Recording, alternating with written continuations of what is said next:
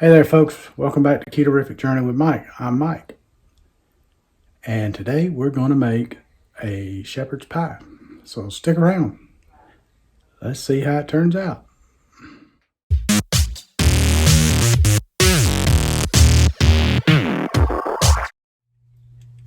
Okay, I've got some ghee in the pan, and the ghee is heating up, and I'm going to add some beef broth to it and some heavy whipping cream to it. And here's the beef broth. It's actually chicken stock, which will work just as good. No problem. Either one will work. But I'm gonna put those in there. I've already browned my lamb with some onions in it. I've got some cauliflower mash already made up for the top. I've got veggies ready to go in there. I thought I would prepare that so it would make this go a little smoother. Let's see how our pan is heating up, because I want it to get warmed up before I put in the broth. That's good.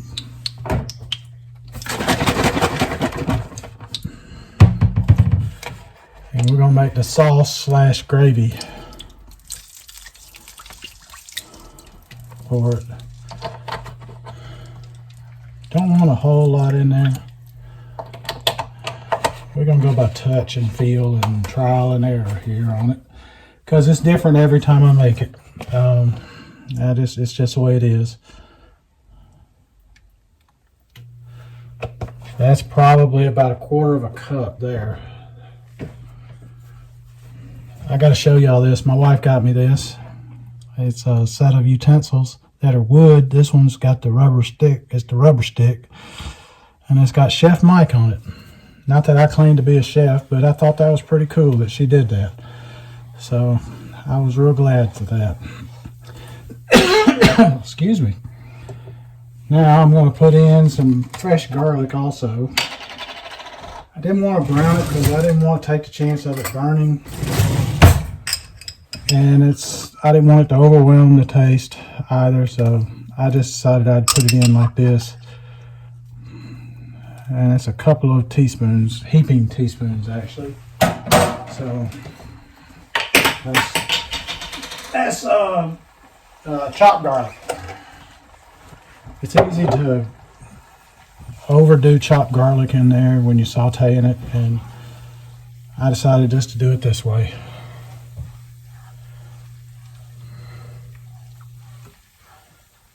We'll let this reduce a little bit and see how it is.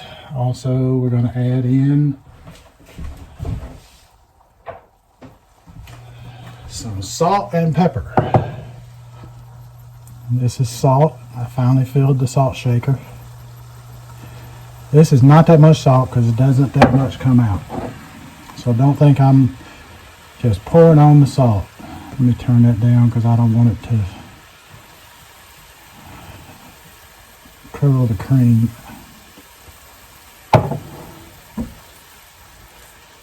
And cause an issue that way. So let me get it on a low, and we're just going to reduce it some.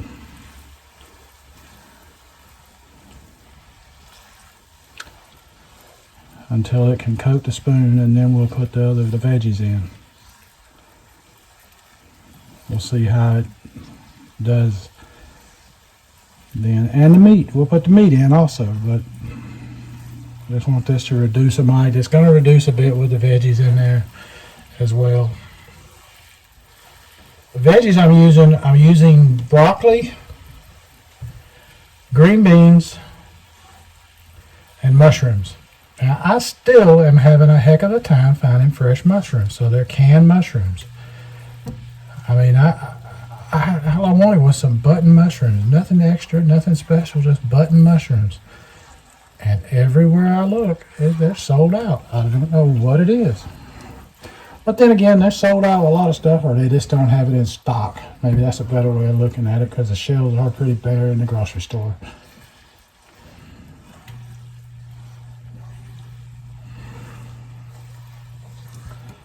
Once we do this, we'll decide whether or not we need more. And if we do, It is no trouble to add a little more in and reduce it down to the... I'm not going to fully reduce it because I want to put the veggies in and cook it in that, and it'll reduce some more in that. So, the veggies and the meat for that matter.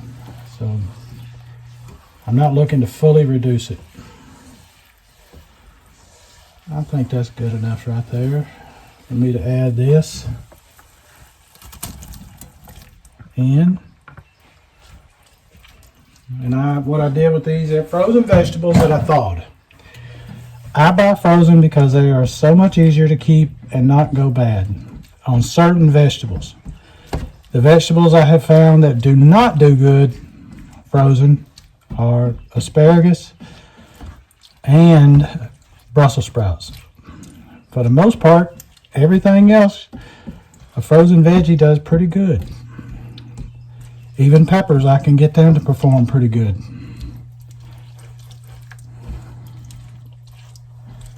I didn't reduce it much, just enough to where it can still get the gravy in there to help cook the meat and the green beans. Now this is a pound of lamb and some chopped onions that I browned and cooked. Now the veggies, I thawed them out. I always thaw them out first because otherwise they just become a mush because they were frozen.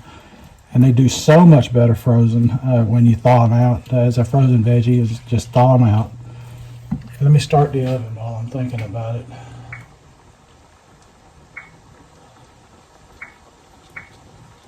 I'm going to do it on 350.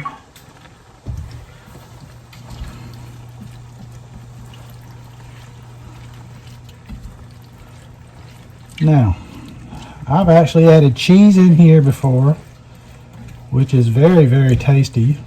I think that it's going to be more than enough of the gravy that goes in one.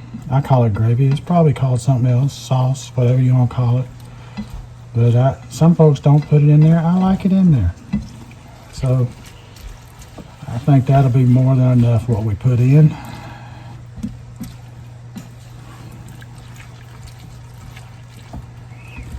Now I'm just heating it up to where everything comes to heat. And then I'm going to taste it and see how it tastes, see what I need to put in seasoning wise. I've already put in some salt and some pepper and some garlic powder. I'm not going to put onion powder because, well, I've got onion in it, so why would I want to add onion powder when I've got onion in it? I don't want to, in this case. Sometimes I do it because I want to add the flavor, but in this case the onions, there should be plenty. I don't want it to overwhelm what I'm doing. Now, a little bit of history on doing a shepherd's pie. A shepherd's pie is made with lamb. If you use ground beef, it's not a shepherd's pie. It's a cottage pie. So that's just a little bit of tidbit for you. If you want to call it a shepherd's pie still, I say go for it. It's your pie, go for it. I don't really care. It's up to you. Oh yeah, it's thickening up pretty good, so. You know what I am going to add in here though? I'm going to put a little bit of cottage cheese in here to help thicken things up a little bit more. Even though it's thickening up pretty good. Let me get some cottage cheese here.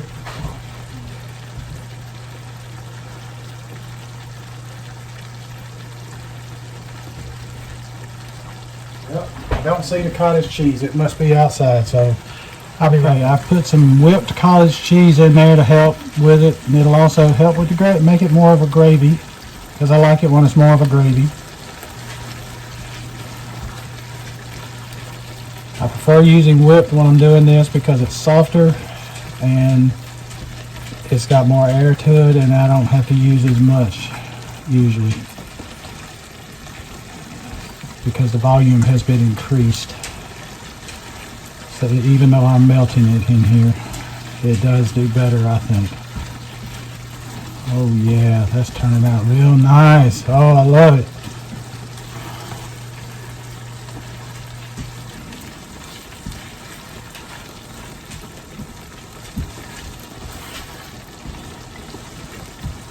Get all that incorporated in and everything.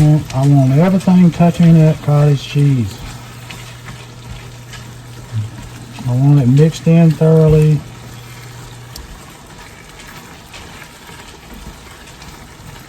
Everything gets a little cottage cheese.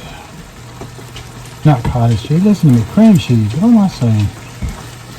Well, Mike, that shows you. There you go, right there. I ain't no daggum genius. Look at that. Look at that.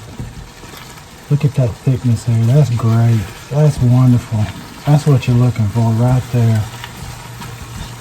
So you can have you a little vegetable pie with some meat in it now.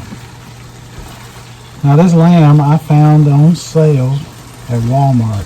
Otherwise I wouldn't have been able to get it because lamb is too high and it was reduced. It was about out of date and they reduced it and I grabbed it, and so that's why we got lamb. Otherwise we'd have been making a ground beef or one with ground pork or a combination thereof.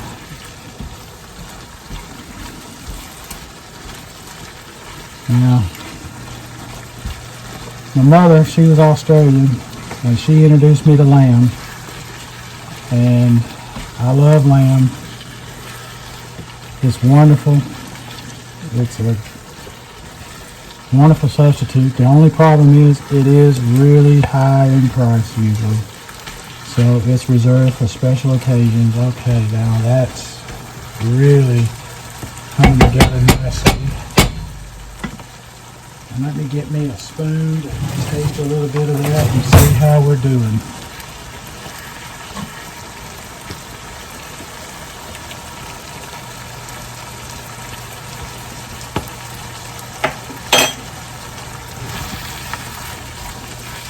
Need some more garlic powder. Excuse me. And yes, I covered my mouth and I turned my head away from the stove. Now, yes, you might be saying, what do you go outside for the refrigerator for? Well, we have one in the garage and we have one in the house, so that's why. I am going to add some more salt.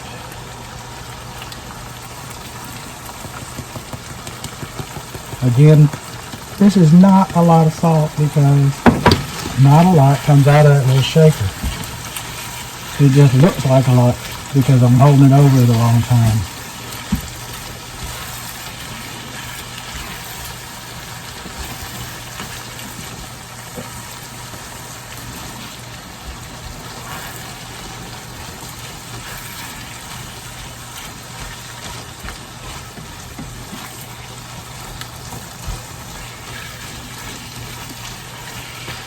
Not everybody likes lamb because it does have a bit of a different taste, but I do, I really do. I'll take it anyway. Lamb chops, lamb roast, leg of lamb, ground lamb, whatever way you want to serve it to me, I'll eat it. Lamb stew is wonderful.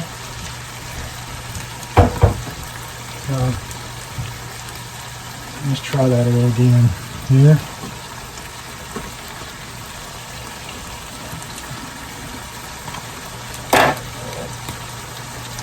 See.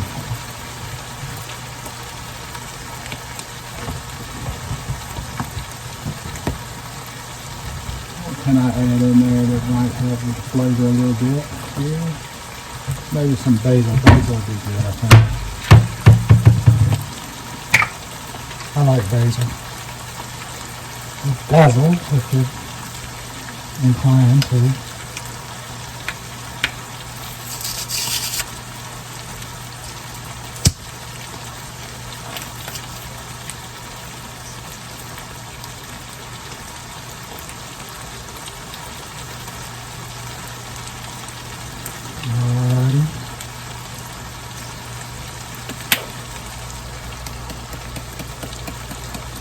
Get a little more aromatic stuff here. That ought to do it.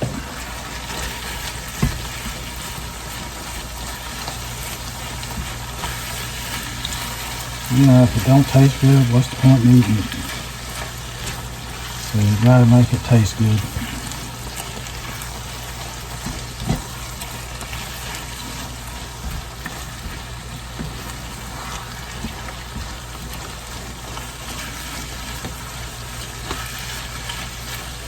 Oh yes, that's aromatic, boy. You can smell it. Oh, and it smells so good.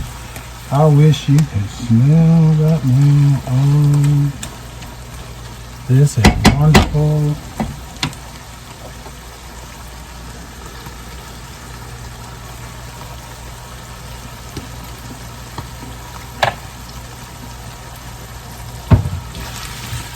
Yep, I'm gonna leave it at that. All right, let me go get the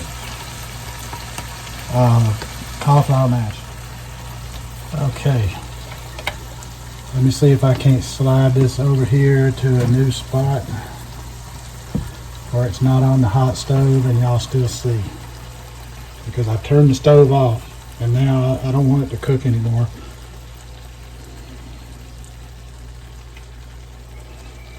Because I want to put on this cauliflower mash. This is just cauliflower mash, butter, a little bit of cheese, salt, and a little bit of pepper.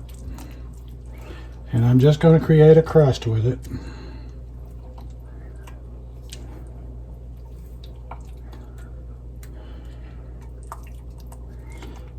A topping, if you will, not necessarily a crust. It's going to get a little bit, we're going to try and get it browned on top.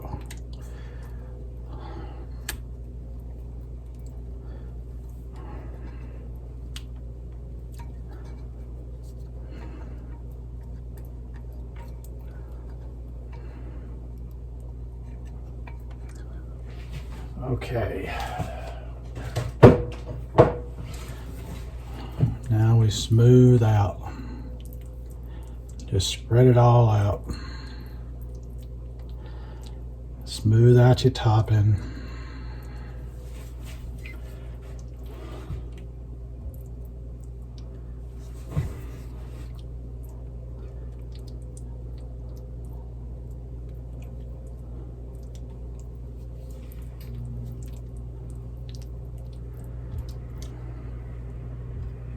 And there you have it. That is a cottage pie, or listen to me, I'm saying it wrong. That is a shepherd's pie right there for you. Now, we're going to put it in the oven and finish it off there until it's bubbly, which won't take long because everything's cooked. It's all cooked. Don't have to worry about the not being cooked. So let me open the oven up and stick her in there.